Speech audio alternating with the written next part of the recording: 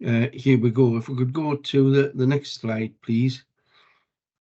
So the genesis of this initially was through DEFRA's Animal Health and Welfare Board around the time when AMR and the use of antibiotics was under scrutiny, and we recognised that the sectors could make a big difference to the use of antibiotics by sorting out the low-hanging fruit, but that if we were going to get further and long-term reductions, we had to do something about reducing endemic disease. And actually, this is the first time in all the time I've been working mainly for the pig sector, but with government, that government has taken any responsibility for endemic disease. It's always been left to industry itself to take care of. Of course, we were nicely getting started when COVID came along. Industry carried on working on the principles of some of the delivery items that we'd already agreed.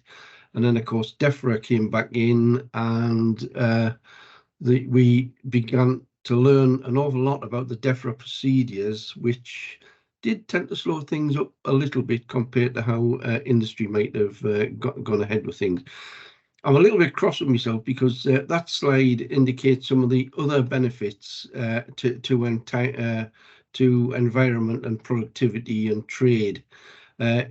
On there should also be a reduction in the risk of an exotic disease. If once farmers have got to grips with sorting out their endemic disease burden, one would think and hope that it would make a difference to biosecurity, which in turn would make a big difference to the national biosecurity risk. And with African swine fever having moved recently into Sweden, that's a worry for ourselves and yourselves.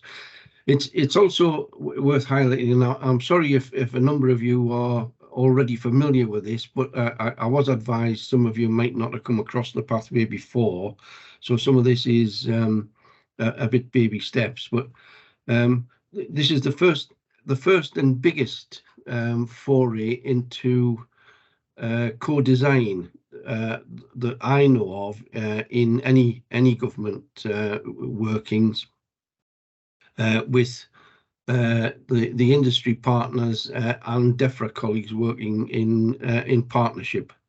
So this is more about an industry government plan than a DEFRA-led one. So if we could move to the next slide, please. The earlier discussions came about with some health and welfare priorities, and it would be fair to say that some of the welfare priorities were not those of the sectors, particularly in the poultry and pig sector, where we probably would have picked different welfare outcomes to be looked at. But government had to take into account other stakeholders in the discussion. So we've worked hard to deliver all of the things you see in there.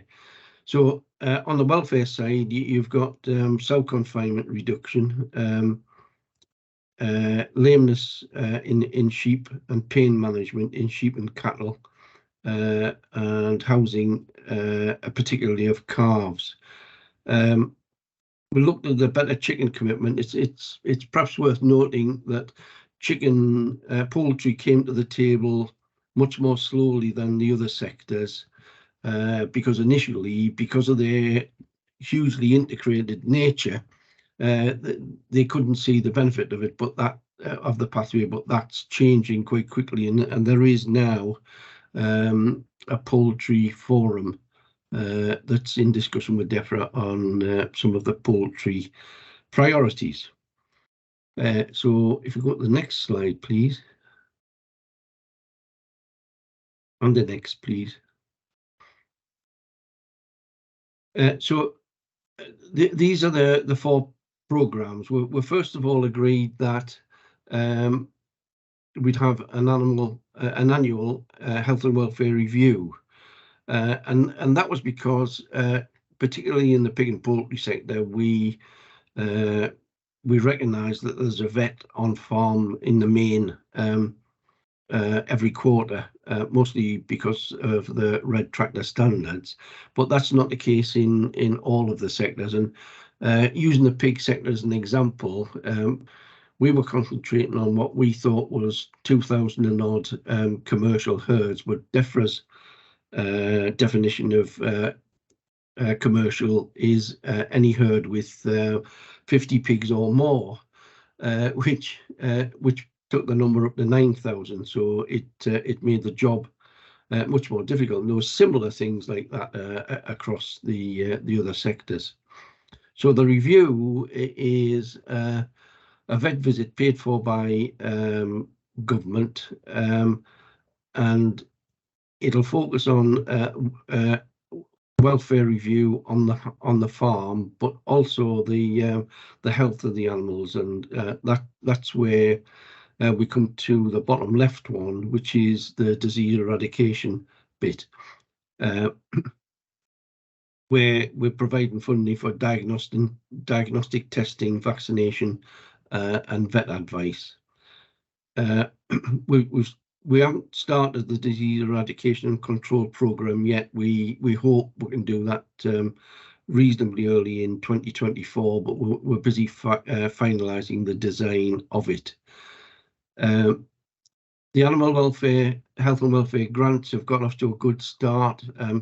20 million for the small grants, which have closed for this year, and we're busy preparing a new list of grants for next year. Large grants were launched earlier this month, and the big focus initially is on calf housing, improved calf housing, and I think we're already up to almost 60 applications, and it's only been open a couple of weeks, so that's looking good.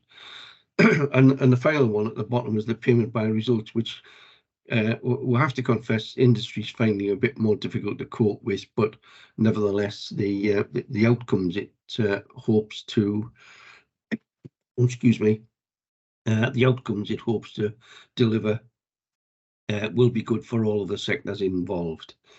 If we could go to next one, please. So a bit more about the review. We've started that relatively slowly in that it's only been open to people who are already registered for BPS. It's been designed so that it's a conversation between the farmer and the vet. There are very few must-dos in it. One of the must-dos is look at the welfare side, and the other is about the endemic disease bit, which I'll come to a bit later. So we've tried to make it flexible so that both the farmer and the vet can get the best out of it, which in turn is a difficulty because most of you will be vets, and my usual saying is if you get 5 vets in a room, you'll get 25 different opinions. And that's the case because whilst we said it wants to be flexible, we are continually asked by vets what they can and can't do, and the flexible word kind of throws them off a little bit. So if we move to the next one, please. So I think this is the biggie for welfare.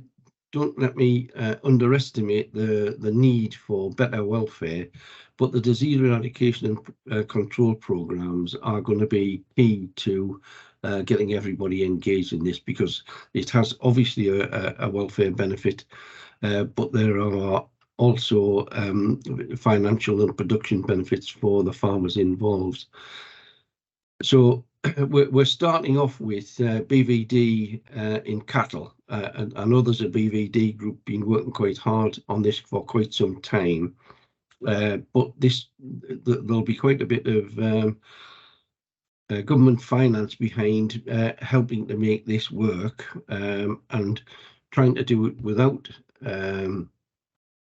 any negativity towards the current BVD programme, but trying to wrap that up in what we're trying to do with the pathway has been a little bit tricky, but we're getting there.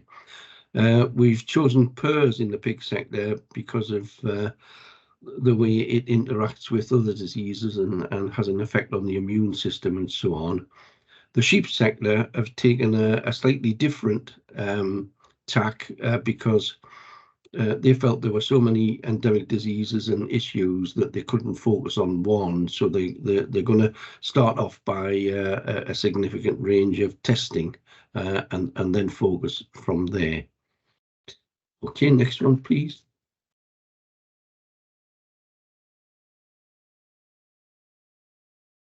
I mentioned the grants earlier.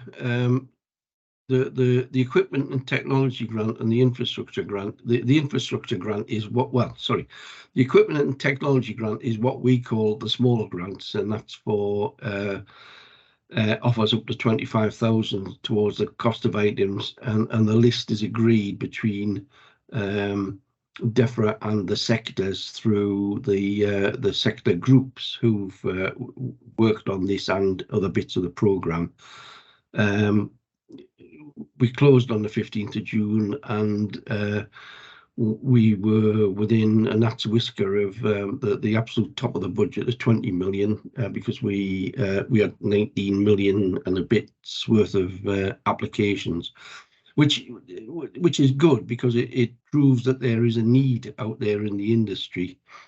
The next lot of small grants will focus a bit more on biosecurity, because we've felt that unless we do something about biosecurity, it's pointless trying to reduce or control endemic diseases. And that's the work that we're currently doing, that's got to go through the RPA and DEFRA processes for next year. Okay, next slide, please. This is what we've just simply called the large grant stuff, and they're for bigger projects to improve the health and welfare of farm livestock. And we started off with cattle, and calf housing in particular was felt to be an area that could improve welfare and reduce mortality and improve efficiency. And as of this morning, I think we're up to about 57 or 58 applications, and it only opened a fortnight ago. You'll see it closes on the 30th of November, and we're trying to get the criteria by which the application is run as simple as possible, so that we can come to a quick conclusion and give the go-ahead on the grants as fast as we can. We've got some further information on the link below, and I'm sorry if I'm going really fast, but 10 minutes doesn't seem like very long to get through.